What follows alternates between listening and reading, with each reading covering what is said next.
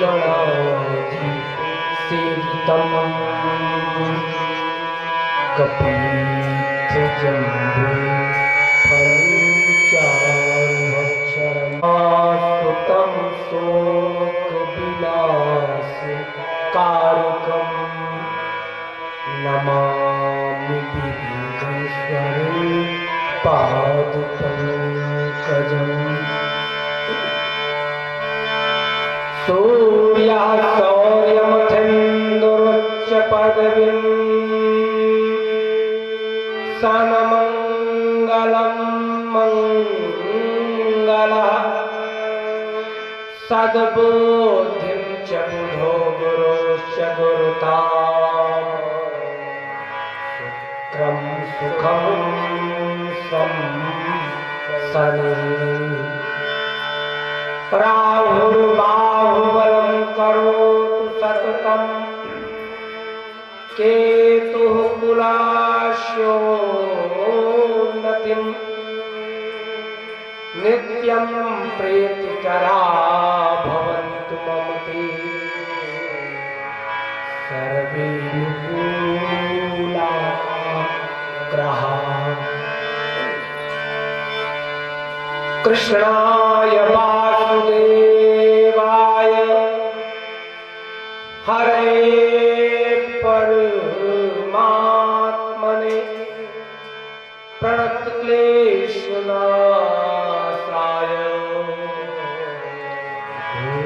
गोविन्दाय नमो नमः। वागर्धाविव सम्पृक्तौ वागर्धा प्रतिपत्तये जगतः पितरौ वन्दे पार्वती परमेश्वरौ पार्वती परमेश्वरौ। या कुर्वन्तु तुषारहारधवला या सुप्रवस्त्रावृता या वीणावरदण्डमण्डितकरा या श्वेतपद्मासना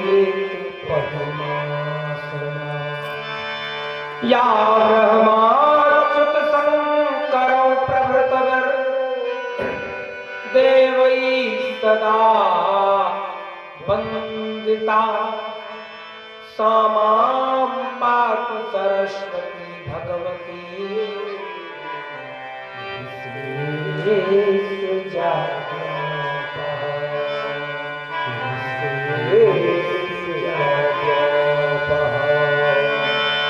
बोले श्याम रामचंद्र की जय, राधे कृष्ण भगवान की जय।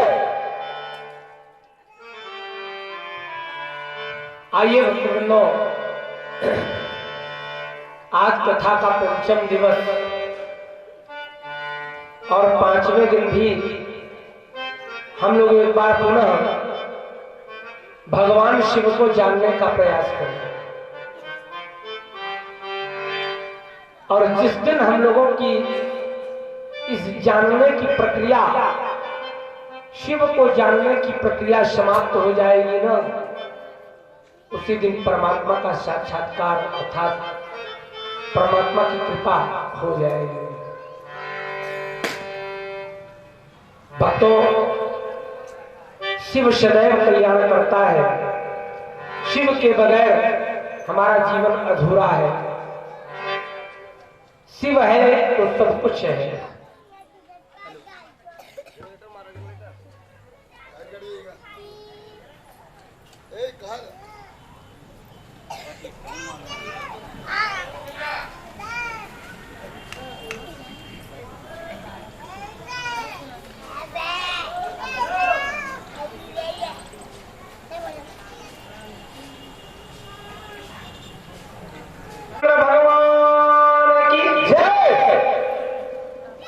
शिव है तो सब कुछ है। शिव के बगैर इस जगत में अपनी परिकल्पना करना संभव नहीं है। तो शिव सुंदर भी है। आइए ऐसे सत्य स्वरूप जो कि बहुत ही सुंदर है, जो हम लोगों का कल्याण करता भी है, ऐसे शिव को एक बार पुनः इस मंच के माध्यम से आज श्रीमद् भागवत महापुराण के इस ज्ञान यज्ञ में भगवान शिव की वंदना करें। Hello hello hello.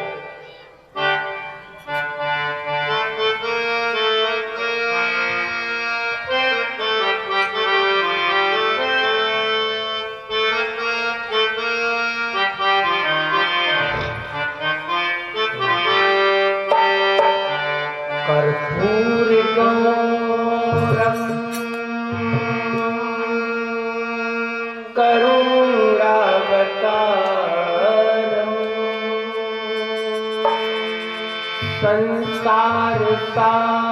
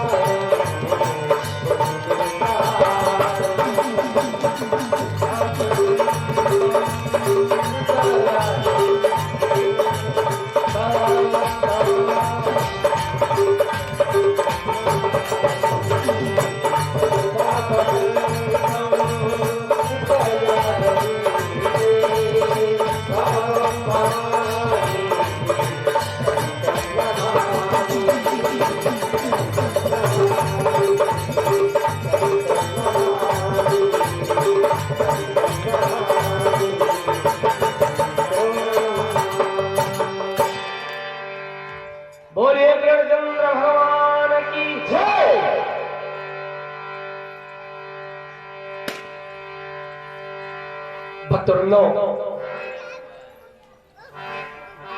कल की कथा में आप लोगों ने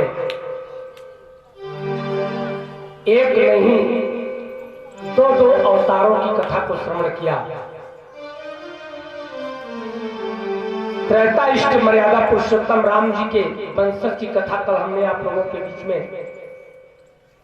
और मकरंद कंद वृंदावन बिहारी लाल कृष्णचंद्र जी के अवतरण की कथा को श्रवण कराया। महाराज परीक्षित 5वें दिन की कथा को श्रवण कर रहे थे। श्री सुखदेव भगवान श्रवण कराए चले जा रहे हैं, लेकिन कभी आप लोगों ने यह विचार किया कि परमात्मा प्रकट कहां होता है? कृष्ण या राम, ये प्रकट कैसे होगा? केवल कथाओं को श्रवण करके हम लोग भूल जाएं, वही पुनः हाथी के स्नान के बराबर कार्य करना प्रारंभ कर दें। इन कथाओं की सार्थकता हमारे जीवन में कहीं भी दिखाई न दे, वही बैर, वही द्वेष, वही कुढ़न, वही जलन, वही प्रसन्नता अगर हमारे जीवन में व्याप्त है, तो इस कथाओं का मतलब क्या है? कथाएं हमारे जीवन को बदल देती हैं। जीवन जीने की कला, आर्ट ऑफ लिविंग सिखाती हैं कथाएं। भक्तवृंदों, ये पुराण हम लोगों का मार्गदर्शक है। किसी राजा की कथा हो या किसी रंग की कहानी, भक्तवृंदों, उसको श्रवण करने के बाद हम लोगों को उस पर मनन करना चाहिए, और मनन करने के बाद उसको अपने जीवन में उतारने का प्रयास करना चाहिए। हमें भाई के साथ कैसे रहना है? छोटा भाई है तो बड़े भाइयों के साथ कैसे व्यवहार करना है? बड़ा भाई है तो छोटे के साथ किस प्रकार का व्यवहार करना है? पुत्र को पिता के साथ, पत्नी को पति के साथ, मित्र को मित्र के साथ। भक्तवृंदों, जीवन जीने की कला, चाहे महाकाव्य महारामायण हो और चाहे महापुराण हो, ये सब आर्ट ऑफ लिविंग अर्थात जीवन जीने की कला हम लोगों को देते हैं। लेकिन शायद हम लोग इसमें से कुछ पा नहीं पाते, क्योंकि इन कथाओं को केवल हम लोग फैशन मात्र सुन करके भूल जाते हैं। नहीं, ऐसा नहीं होना चाहिए। मैं कलयुग के ही ज्यादा दूरी नहीं, मुश्किल से 400 से 500 वर्ष पुरानी से लेकर आज तक कुछ भक्तों का नाम लूंगा, जिनमें तुलसीदास जी महाराज हैं प्रातस्मरणीय, सूरदास जी महाराज, कबीरदास जी महाराज, रैदास जी महाराज, और सबकी मालकिन मीरा। भक्तवृंदों, इन लोगों ने परमात्मा का साक्षात्कार किया। कलयुग में एक नहीं कईयों ने भगवान को पाया, भगवान की कृपा इन पर बरसी। आप लोग भी भगवान का साक्षात्कार कर सकते हो, लेकिन सही बात तो यह है कि आप लोग अपने आप को बनाओ कैसे, किस प्रकार का आपके शरीर का वातावरण हो कि कृष्ण पैदा हो जाए। कृष्ण माने क्या होता है? कृष्ण माने ज्ञान। राम माने क्या होता है? राम माने धर्म, ज्ञान। भक्तवृंदों, ये सारे पात्र आपके शरीर में सदैव व्याप्त हैं। कंस को अगर देखना चाहते हो तो अपने अंदर अहंकार को देख लेना, कंस नजर आएगा अहंकार में। वसुदेव कौन है? वसुदेव आपकी आत्मा है। देवकी कौन है? सद्बुद्धि। जो आत्मा की पत्नी है वही देवकी है, सद्बुद्धि। जब वसुदेव रूपी आत्मा और सद्बुद्धि रूपी देवकी का मिलन होगा ना, तो कृष्ण पैदा होगा। लेकिन इन दोनों के पास कृष्ण रहने वाला नहीं है। कृष्ण रहेगा कौन? पालन करता कौन बनेगी? पालेगी यशोदा, अर्थात भक्ति। सद्बुद्धि पैदा कर सकती है, ज्ञान को पैदा तो सद्बुद्धि करती है, लेकिन वो पालन नहीं कर सकती। पालन कौन करता है? भक्ति, यशोदा, जो नंद की पत्नी है। आपके शरीर में नंद कौन है? मन, जो इंद्रियों का राजा है। 5 कर्म इंद्रिय, 5 ज्ञान इंद्रिया। गोकुल के राजा थे नंद न। गोकुल, गो माने गाय, कुल माने समुदाय। जहां पर बहुत सारी गायें हो वही है गोकुल।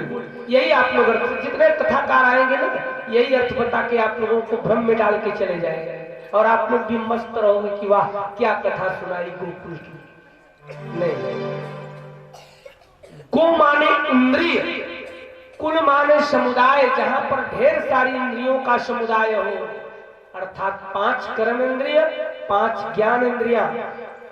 इन 10 इंद्रियों का स्वामी मन होता है, और मन ही नंद है।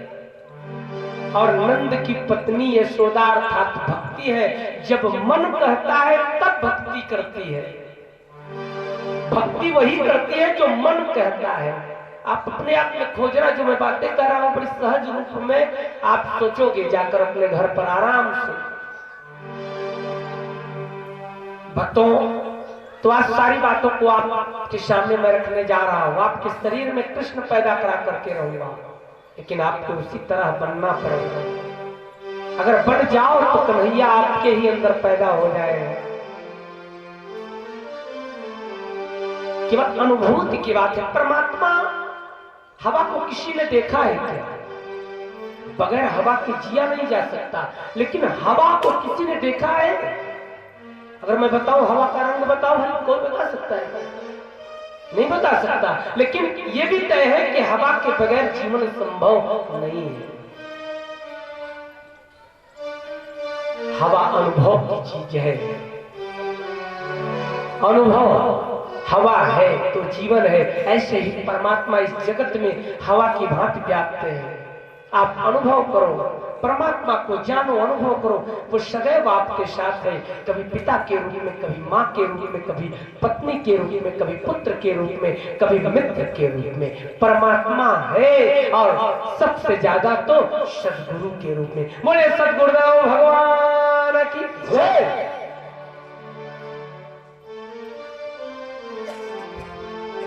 तो परमात्मा आप लोगों के बीच में है। हम लोग ऐसा ही मानेंगे, परमात्मा के बगैर जीवन असंभव है।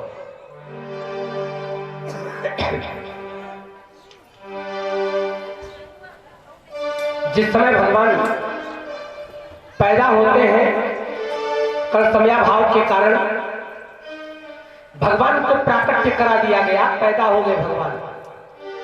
लेकिन भगवान पैदा कहां हुए, कैसे वातावरण में हुए? टेम्परेचर, आपके शरीर का टेम्परेचर, आपका विचार, आपका रहन सहन कैसा होना चाहिए, तब आप राम या कृष्ण को पैदा कर पाएंगे। राम जी भी पैदा हुए हैं ना, तो न शीत था न घाम था, ज्यादा न ठंडी थी, अर्थात न बहुत आपको क्रोध करना है, न बहुत एकदम शांति में जीवन, एकदम कि कुछ सोचने लायक आप रहे ही ना, नहीं। और भगवान कृष्ण जब पैदा हुआ तो कैसा वातावरण था, सुनिए आप। भागवत जी से आपके शरीर में टैली कराने जा रहा हूं। महाराज परीक्षित सुन रहे हैं, सुखदेव जी सुना रहे हैं। आज सर्वगुणोपेतः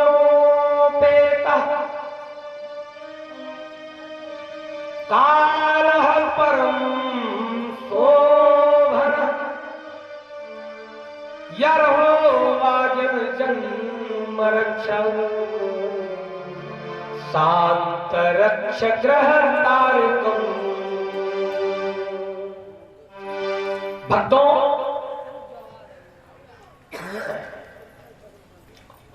अथ सर्वगुणोपेतः। जिस समय कन्हैया के प्राकट्य का समय आया, उस समय सर्वगुण संपन्न समय, अर्थात यहां यह बताने का प्रयास किया गया है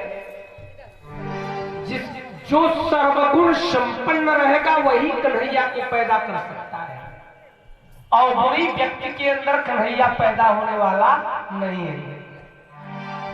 इसलिए सर्वप्रथम गुणवान बनना है। अर्थ सर्वगुणोपेतः। दूसरा, कालः परम शोभन। काल माने समय। समय बड़ा ही शोभायमान हो गया जिस समय कन्हैया के प्राकट्य का समय आया। समय क्या था? भादों का महीना, अष्टमी की रात्रि। भादों का महीना, अष्टमी की रात्रि, और तो और रोहिणी नक्षत्र का चंद्रमा। तो काला परम शोभन,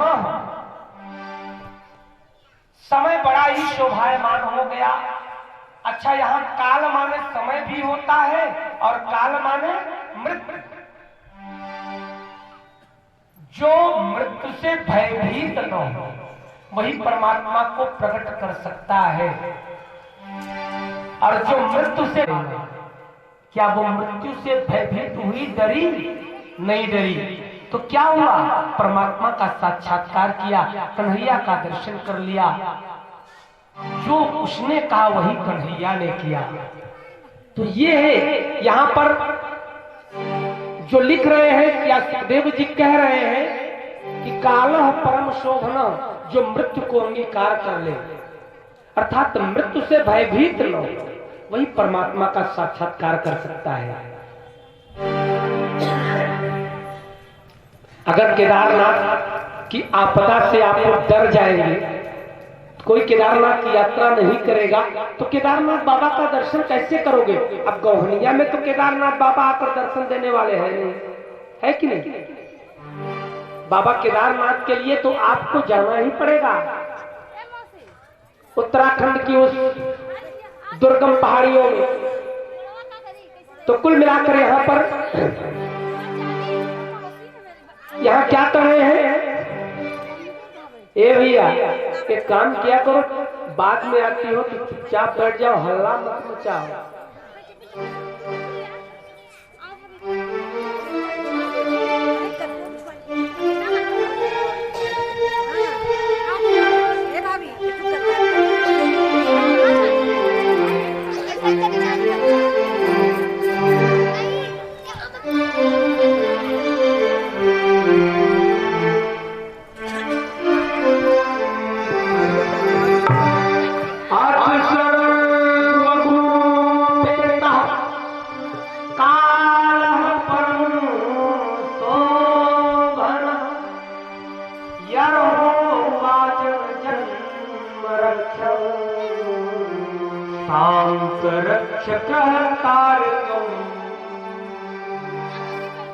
सारे ग्रह नक्षत्र शांत और सौम्य हो गए। ये ग्रह नक्षत्र, चंद्रमा और तारे भी प्रेम करते हैं। जिस समय भगवान के प्राकट्य का समय आया तो चंद्रमा के पास कुल मिलाकर 27 पत्नियां हैं। चंद्रमा को कितनी पत्नियां हैं? 27। 27 पत्नियों का नाम क्या है? अश्विनी, भरणी, कृतिका, रोहिणी, मृगशिरा, आर्द्रा, पुनर्वस, पुष्य आदि से लेकर कहां तक? रेवती आदि तक, अर्थात 27 नक्षत्र ये चंद्रमा की पत्नियां हैं। चंद्रमा की 27 पत्नियां ये नक्षत्र है। आज चंद्रमा भी अपने सबसे ज्यादा जिसे चाहता है उसके पास पहुंच चुका है। पत्नी महाराज दशरथ को 3 थी। भगवान कृष्ण के जीवन में 16,108 पत्नियां मैं आप लोगों को बताऊंगा। पत्नियां कितनी भी हो, लेकिन इंसान प्रेम एक से सबसे ज्यादा करता है। महाराज दशरथ कैकेयी से सबसे ज्यादा प्रेम करते थे। भगवान कृष्ण रुक्मिणी से सबसे ज्यादा प्रेम करते थे। भक्तवृंदों, आज चंद्रमा को भी 27 पत्नियां, लेकिन वो रोहिणी नाम की जो पत्नी है वो सबसे ज्यादा प्रेम करता है।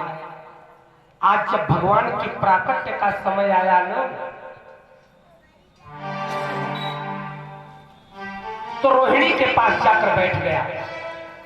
अर्थात चंद्रमा मन का कारग्रह है। दूसरा एक कारण और है, रोहिणी नक्षत्र का चंद्रमा अर्थात वृक्ष राशि हुआ, और वृक्ष राशि का स्वामी शुक्र होता है, और शुक्र सुंदरता का प्रतीक है, सुख का प्रतीक है भक्तवृंदों। इसलिए आज रोहिणी नक्षत्र के पास चंद्रमा जाकर विराजमान हो जाता है, जिस समय भगवान प्रकट हो रहे हैं। यरो बाजन जन्म रक्षा सांतरक्षग्रह तारकम। हमें बहुत उग्र भी नहीं होना है। सारे ग्रह नक्षत्र सौरमंडल में शांत और सौम्य हो रहे थे। एक भी बकरी नहीं, एक भी उग्र नहीं, एक भी तीक्ष्ण नहीं, सारे के सारे शांत और सौम्य। जिस समय भगवान कृष्ण के प्राकट्य का समय आया, यहाँ पर नक्षत्रों और ग्रहों का शांत और सौम्य बताना मतलब आपको अपने आप को शांत और सौम्य बनाए रखना है। आपको कोई अगर बुरी बात भी कह देता है तो आपको शांति का परिचय देना है, उससे लड़ाई नहीं करना है। अगर लड़ाई कर लिया तो उसमें और आप में अंतर क्या रह गया। आपको धैर्य को धारण करना है। आगे बता रहे हैं भगवान के प्राकट्य कराने के लक्षण आप कैसे और क्या बनाने हैं। दिशा प्रशे दुर्गगनम निर्मलो गणोदयम मही मंगल भूइष्ठ ग्राम प्रजाकरा। दिशाएं प्रसन्न चित्त हो गई हैं। 10 दिशाएं होती हैं ना, 10 दिशाएं आज भगवान कृष्ण के जब प्राकट्य का समय आया उस समय दिशाएं प्रसन्न चित्त हो गई। एक चीज ध्यान दीजिएगा, आपके शरीर में दिशाएं क्या है? 5 कर्मेंद्रिय और 5 ज्ञानेंद्रिया, यही 10 दिशाएं हैं। जब आपकी 10 इंद्रियां प्रसन्न चित्त रहेंगी तभी आप परमात्मा का साक्षात्कार कर सकते हो। एक भी इंद्रिय अगर गड़बड़ है तो मामला गड़बड़ है। इसलिए आपको 10 इंद्रियों को प्रसन्न चित्त रखना होगा। और क्या? निर्मलो गणोदयम। आकाश निर्मल है। आकाश भादों के महीने में अष्टमी की रात्रि आकाश एकदम निर्मल, तारे टिमटिमा रहे हैं। तो यहाँ तारे टिमटिमाने की बात क्यों लिखा? आपके शरीर में आकाश तत्व क्या है? आपका ब्रह्मांड, सिर, जहां पर चंद्रमा मन रूपी चंद्रमा विराजमान। सौरमंडल में सूर्य है, चंद्रमा है, अग्निलोक है, वायु लोक है ना। तो मैं आपके शरीर में ये सारे को दिखा दे रहा हूं वेद से, अपने से नहीं कह रहा हूं। वेद कह रहा है चंद्रमा ये आपका आकाश है, सिर आपका आकाश है, गगन। देखिए वहां भी चंद्रमा, यहां भी चंद्रमा, वहां भी सूर्य, यहां भी सूर्य। मैं दिखा रहा हूं। चंद्रमा मन सो जात चक्षु सूर्यो अजायत श्रोता वायुष्य प्राणस्य मुखागन जायत। दिखा दिया कि नहीं दिखा दिया? मन जो है वो चंद्रमा है इस आकाश तत्व में। आंख सूर्य है, श्रोता वायुष्य प्राणस्य, नाक के पास से जहां से श्वास लेते हैं वायु का, वायुमंडल का स्थान है, वायु लोक है। मुखाग्निर जायत, अगर उस सौरमंडल में अग्निलोक है तो आपके इस सौरमंडल में भी मुख अग्निलोक है। वेद कह रहा है। तो यहां पर आकाश तत्व आपका निर्मल, जहां पर एकदम, जब तक आपका मन निर्मल नहीं होगा तब तक परमात्मा का साक्षात्कार नहीं कर सकते आप। इसलिए कृष्ण को, राम को पैदा करना है तो मन को निर्मल बनाना होगा। मही मंगल भूइष्ठ पूरे ग्राम प्रजा कर। मही माने पृथ्वी मंगलमय हो गई। अगर जितना लक्षण मैंने आपको बताया है, आज भगवान की प्राकट्य का जब समय आया तो पृथ्वी मंगलमय हो गई। भगवान के प्रकट के होने के समय में छोटे छोटे गांव, अहिरों की बस्तियां, यादवों की बस्तियां, पूरा ग्राम प्रजा करा, सभी मंगलमय हो गए। सब प्रसन्नता से भर गए, आनंद विभोर हो गए। और क्या करें? नद्या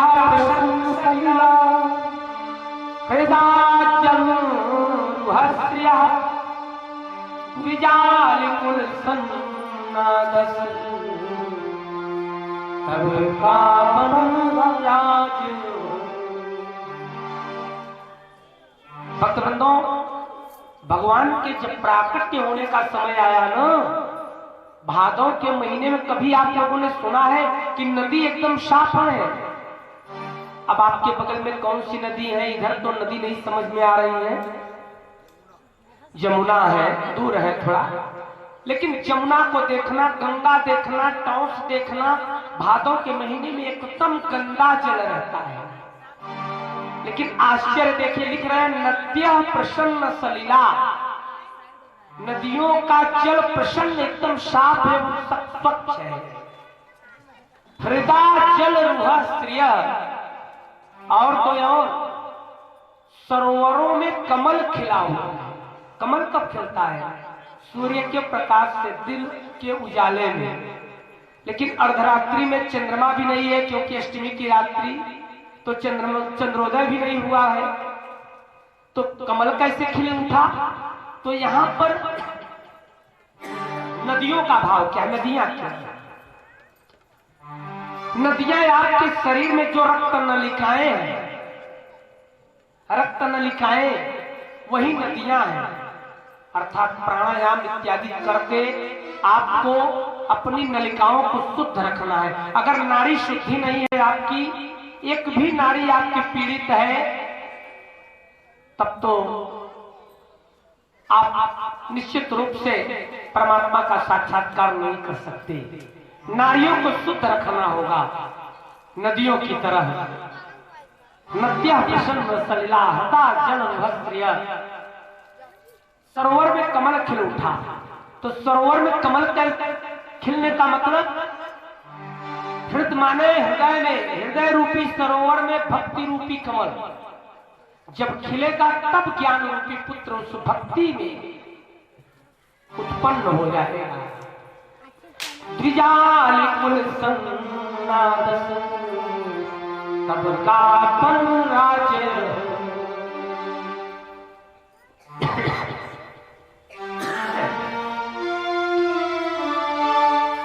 भक्तवृंदों, पक्षी चहक रहे हैं, भौरे गुनगुना रहे हैं। कार्तिक की पूर्णमासी सामने है। कार्तिक की पूर्णमासी आज मान लीजिए चतुर्दशी उपरांत पूर्णमासी होगी, कल पूरी पूर्णमासी होगी। आजकल की रात्रि में पक्षी का चहकना, भौरे का गुनगुनाना जायज है, लेकिन भादों की अंधेरी रात में पक्षी चहक रहा है, भौरा गुनगुना रहा है, इसका मतलब क्या हुआ? ये आश्चर्य आज भगवान के प्राकट्य के समय कैसा हो रहा है? हाँ, आपका मन रूपी भौरा गुनगुनाना शुरू कर देता है जब कन्हैया के प्राकट्य का समय आता है। मन जो है भौरे की तरह गुनगुनाना शुरू कर दे। वायु स्पर्श पुण्य गंधा वह शुचि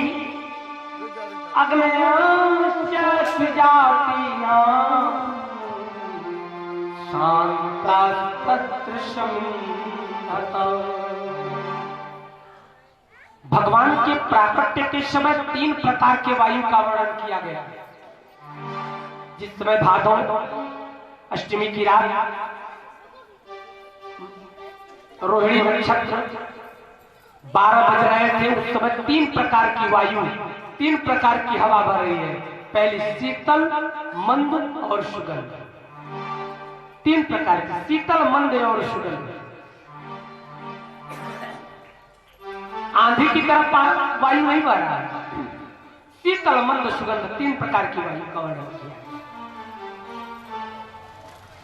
ये वायु आपके शरीर में क्या है? पुण्य गंधा वह शुचि, कीर्ति आपके किए गए कार्य। देखिए, आप लोगों के द्वारा 2 प्रकार से आप परिणाम कर सकते हो, एक कीर्ति फैलाकर, दूसरा दुष्कीर्ति फैलाकर। कीर्ति में पुण्य गंधा वह शुचि, पवित्र वायु होगी जो कि सबको आनंदित करने वाली होगी, और दुष्कीर्ति नाम उसमें भी होगा, लेकिन वो दुर्गंध युक्त वायु होगी। इसलिए आपको कीर्ति फैलाना है। आपकी कीर्ति जगत में आपको करना नहीं है। आप ऐसे कार्य करो कि आपकी कीर्ति जगत में व्याप्त हो जाए, दूसरे लोग कहें कि वाह क्या बात है, आपकी कीर्ति जगत में व्याप्त हो जाए। वायु रूप में, सहज रूप में उससे लोग स्वीकार करें, अंगीकार करें, ये भाव है। अग्नयस्य द्विजातीनां शांतास्तत्र समिन्धत। वो क्षण आ जाए जब अग्नि समिधा भी न डालनी पड़े और अग्नि जलना शुरू हो जाए। ये क्या है? आज जो कंस ने डुग्गी पिटवा करके अग्निहोत्री बंद करवा दिया था, अगर किसी को हवन करना है ना, तो इंद्राय स्वाहा, वरुणाय स्वाहा, विष्णुवे स्वाहा के स्थान पर कंसाय स्वाहा, बकासुराय स्वाहा, पूतनाय स्वाहा, इनके नाम की आहुति देना है। अब जितने संत पुरुष थे सबने हवन करना ही बंद कर दिया। इन राक्षसों के नाम की हवन करने से अच्छा है हवन ही हम नहीं करेंगे, हवन ही करना बंद कर दिया। भक्तवृंदो, आज बिना अग्नि और लकड़ी, समिधा माने लकड़ी डाले, अग्नयस्य द्विजाति नाम शांता तत्र समिन्धत। अग्निकुंड में आग जलने लगा, अर्थात वो भी क्षण आपके जीवन में आएगा। जितना लक्षण मैंने बताया, अगर उसी प्रकार आप लोग करोगे तो आपने फिर कहीं और किसी से लेने की आवश्यकता नहीं पड़ेगी। आप स्वयं अपने आप भक्ति करना शुरू कर दोगे, जिसे आत्मज्ञान कहते हैं। आपको आत्मज्ञान प्राप्त होना शुरू हो जाएगा, तब आपको कहीं जाने की आवश्यकता नहीं पड़ेगी। अग्नयस्य द्विजाति नाम, दूसरे से समिधा, दूसरे से पाने की आवश्यकता नहीं रह जाएगी। तुलसी की तरह, रहीम की तरह, कबीर की तरह, सूरदास की तरह, मीरा की तरह, केवल मेरे तो गिरधर गोपाल दूसरों ना कोई है। तो आज ब्राह्मणों की अग्नियां जो कंस के द्वारा बुझा दी गई थी वो अपने आप जल उठी। साधु सज्जन लोग समझ गए कि कोई चमत्कार होने वाला है। मनांस्यासं प्रसन्नानि साधूनां सुरद्रुहान् जायमाने जने तस्मिन् नेदुर्दुन्दुभिर्भीतयो।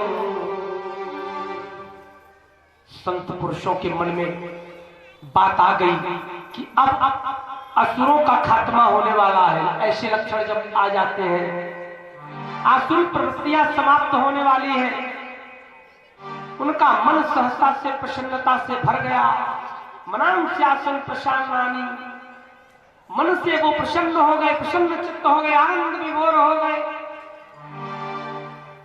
इसका मतलब जानते हैं, जब इस प्रकार के आप कार्य करोगे, जितना हमने बताया ना, तो आप प्रसन्न चित्त हो जाओगे, प्रसन्नता में डूबना शुरू हो जाओगे, आनंद विभोर हो जाओगे।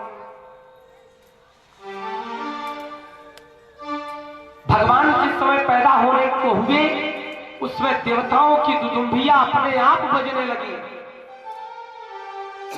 दुदुम्बियां बजना शुरू हुई। जगो किन्नर गंधर्वा दुष्टुवहति धिक्कारुणा विद्याधर्यस्य नृतो अप्सरो समन्तदा। जिस समय भगवान के प्राकट्य का समय आया भक्तों, किन्नर गंधर्व सिद्ध चारण, किन्नर गंधर्व तो गाना गाने लगे, गीत गाने लगे, सिद्ध चारण स्तुति करने लगे, विद्याधरियां और अप्सराएं नाचने लगी।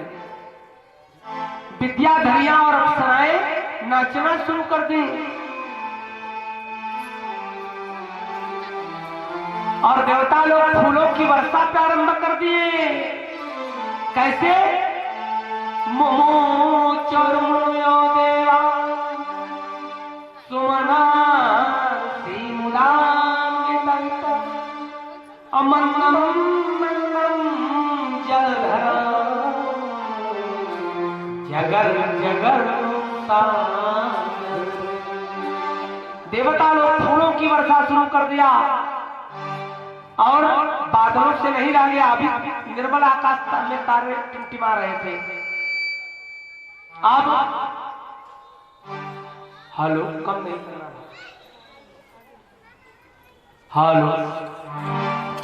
अब समुद्र से बादल उठे और आ गए, मथुरा पर टिप टिप की बारिश करना शुरू कर दी। बहुत मूसलाधार बारिश नहीं, टिप टिप की, यानी आप गदगद हो जाए, आप में गदगद भाव आ जाए।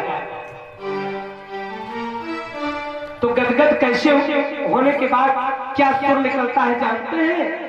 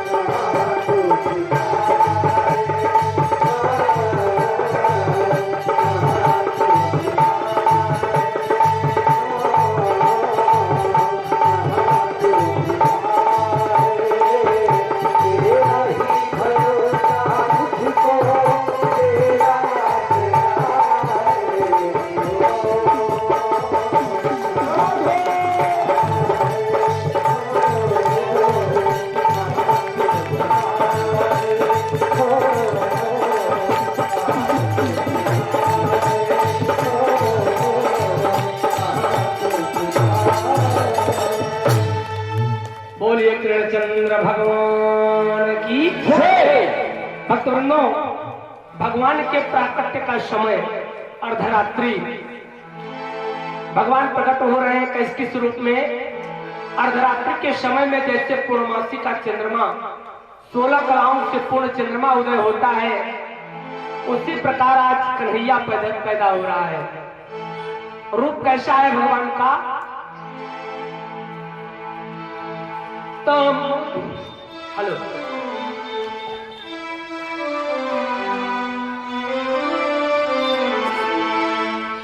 तमद्भुतं बालकमं भुजक्षणं चतुर्भुजं शङ्खगदायुधायुधं श्रीवत्सलक्ष्मं गलशोभितकौस्तुभं पीताम्बरं सान्द्रपयोधिसौभगम्।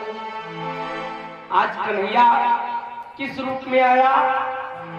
4 भुजाएं हैं, अद्भुत रूप में, आश्चर्य से परिपूर्ण अद्भुत रूप में। अद्भुतता क्या है? पहली अद्भुतता तो 12 अंगुल के बालक में 2.5 इंच की आंख, कमल दल के समान कन्हैया की आंखें, अर्थात बहुत बड़ी बड़ी आंखें हैं भगवान की। दूसरा आश्चर्य क्या?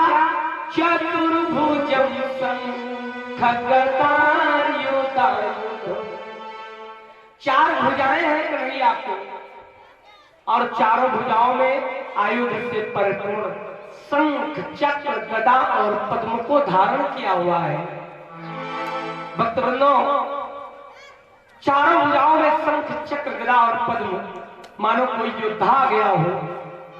हृदय में श्रीवत्स लक्ष्मण, हृदय में श्रीवत्स का चिन्ह है। श्रीवत्स लक्ष्मण गलशोभितकौस्तुभम्, गले में कौस्तुभ की माला विराजमान है भगवान के पैदा हुए हैं। आप लोग अपने मन से चिंतन करना, ठीक हृदय में कन्हैया ऐसे पैदा हो रहा है। और तो यह पीताम्बरं सान्द्रपयोधिसौभगम्, और कन्हैया पीताम्बर पहना हुआ है। किसने पहना दिया? ऐसे भगवान पैदा हो रहा। इतना ही नहीं, आभूषण क्या पहन रखा है? महार किरीट कुंडलम सहस्र कुंतलम उद्याम कांचन कंकणादिभिः वीरोच्यमानं वसुदेव ऐक्षत। बैदूर्य मणि के भगवान के किरीट और कुंडल है। बैदूर्य मणि के किरीट कुंडल, सोने का कंगन भगवान का है, हीरे जवाहरात के नग लगे हुए हैं। ऐसे आभूषणों को पहनकर कन्हैया जब पैदा हुआ तो किसने देखा? वसुदेव जी ने देखा। वसुदेव ऐक्षत, भगवान को वसुदेव जी ने देखा तो स्तुति करना प्रारंभ कर दिए। देखते ही भगवान की स्तुति और मन में संकल्प लिया। जेल खाने में है ना, कन्हैया पैदा हो गया है, बेड़ियों से जकड़े गए हैं बेचारे, लेकिन मन में संकल्प लिया। अर्थात यहाँ पर संदेश मिल रहा है, आप लोग कितनी भी बड़ी विपत्ति में रहे, वाग दत्तम मनोदत्तम, और लास्ट में कुशो दत्तम। भक्तवृंदों, बोल करके देना मानसिक दान, जब समय आने पर दान जरूर कर दीजिए। आज वसुदेव जी को जब लड़का पैदा हुआ तो मन ही मन भगवान से प्रार्थना करने लगे कि अगर मेरा बच्चा सुरक्षित रह गया, मैं यहां से मुक्त होऊंगा तो क्या करूंगा? सविस्मयोत्फुल्लविलोचनो हरि शूरं विलोक्या नखबिंदु दुस्तदा कृष्णावतारो सब संभ्रमोत्तिष्ठन् मुदा द्विजोभ्यो युतमाप्लुतो गवाम्।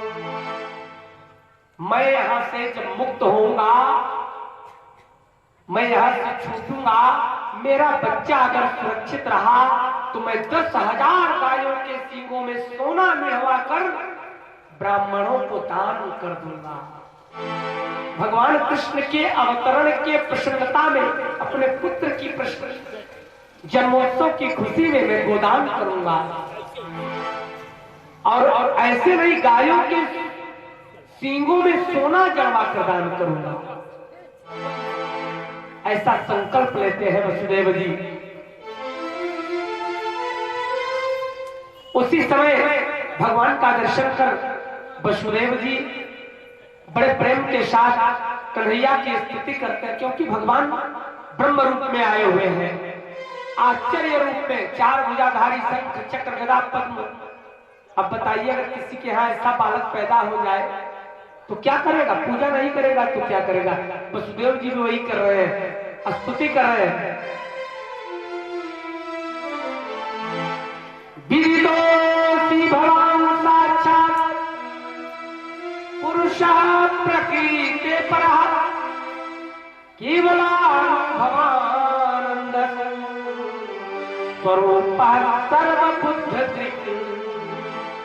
मैं समझ गया, ऐ परमात्मा, मैं समझ गया कि आप प्रकृति से भी अतीत साक्षात पुरुषोत्तम हो। आप नारायण हो जो हमारे यहाँ पैदा हुए हैं। आपका स्वरूप केवल अनुभव